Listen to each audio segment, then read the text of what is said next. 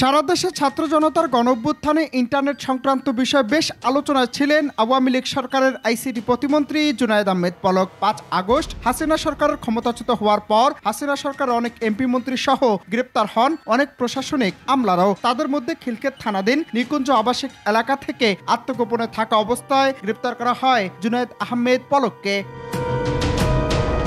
রাজধানীর শাহবাগ এলাকায় সিরাজুল নামে এক ব্যক্তি নিহতের মামলায় গ্রেফতার দেখানোর বিষয়ে শুনানিতে আদালতে তোলা হয় আওয়ামী লীগ সরকারের সাবেক এই মন্ত্রীকে। সেখানে ২০০০ আসামির সঙ্গে সাবেক মন্ত্রী জুনায়েদ আহমেদ পলককে কারাগারে রাখা হয়েছে, যার মধ্যে ১৫০০ জনই ফাঁসির আসামি। সোমবার ২ ডিসেম্বর ঢাকার মেট্রোপলিটন ম্যাজিস্ট্রেট ইমরান আহমেদের আদালতে শুনানিকালে পলক নিজেই আদালতকে বিষয়টি জানিয়েছেন।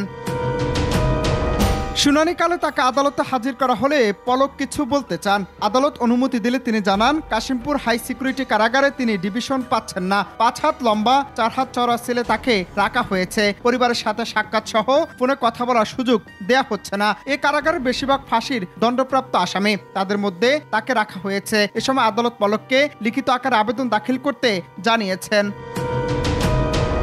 এ নিয়ে পলকের আইনজীবী ফারজানা ইসলাম রাখি জানিয়েছেন, জুনায়েদ আহমেদ পলক আজ আদালতে তার ব্যক্তিগত অপিনিয়ন পেশ করেছেন। তিনি জানিয়েছেন, তাকে ডিভিশনে না রেখে নরমাল কয়েদিদের সাথে সেলে রাখা হয়েছে, যে সেলে সব ফাঁসির দণ্ডপ্রাপ্ত আসামি। সেখানে ২০০০ আসামির মধ্যে ১৫০০ জন আসামি রয়েছে যারা ফাঁসির আসামি। এমন ধরনের একটা জায়গায় তাকে রাখা হয়েছে। গত ২৭ অক্টোবর তিনি ডিভিশন প্রাপ্ত হন, ডিসির কাছ থেকে অনুমোদন পান, কিন্তু তাকে এমন জায়গায় রাখা হয়েছে যেন তিনি কন্ডেম সেলে আছেন।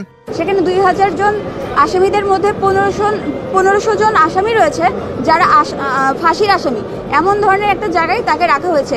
তিনি গত ২৭-১০-২৪ তারিখে ডিভিশনের জন্য প্রাপ্ত হন এবং ডিসির কাছ থেকেও অ্যাপ্রুভাল পান এবং তিনি ডিভিশনে ছিলেন। পরবর্তীতে তাকে কাশিমপুরে নিয়ে যাওয়ার পরে সেখানে আসলে হাই সিকিউরিটি ৪ নম্বর সেলে রাখা হয়েছে, যেখানে কোনো ধরনের ডিভিশন নাই এবং তিনি শারীরিকভাবে অনেক অসুস্থ এবং ওখানে কোনো ডিভিশনাল সেলের সুযোগ সুবিধা না থাকার কারণে তিনি শারীরিকভাবে এবং মানসিকভাবে এবং অনিরাপত্তার মধ্যে জীবনযাপন করছে। এই বিষয়টাই আদালতের দৃষ্টিগোচরে আনা হয়েছে। এক প্রশ্নের জবাবে ফারজানা ইসলাম রাখি জানান, সেখানে সাজাপ্রাপ্ত আসামি যেহেতু রয়েছে তাদের ব্যাকগ্রাউন্ড আসলে অনেক ভয়ঙ্কর থাকে। অনেকে আছে এর মধ্যে জঙ্গি। এ ধরনের জঙ্গিদের সাথে তাকে এক জায়গায় রাখা হয়েছে। তিনি অনিরাপত্তায় ভুগছেন। তাকে তার পরিবারের কারোর সাথে কথা বলার সুযোগ দেয়া হচ্ছে না। ফোনে যে যোগাযোগের ব্যবস্থা তা কাট করে দেয়া হচ্ছে।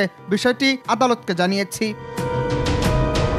যেহেতু সাবেক মন্ত্রীকে ফাঁসির দণ্ডপ্রাপ্ত আসামিদের সঙ্গে রাখা হয়েছে, সেহেতু নানান মহলে প্রশ্ন উঠেছে, তাহলে তিনি কি কন্ডেম সেলের আওতাধীন রয়েছেন নাকি ভিন্ন কিছু? তবে এমন বিষয়টি নিয়ে এখনো কোনো কিছু খোলাসা নয়। অনন্ত হাসান মাসুদ, বাংলা টিভি, ঢাকা।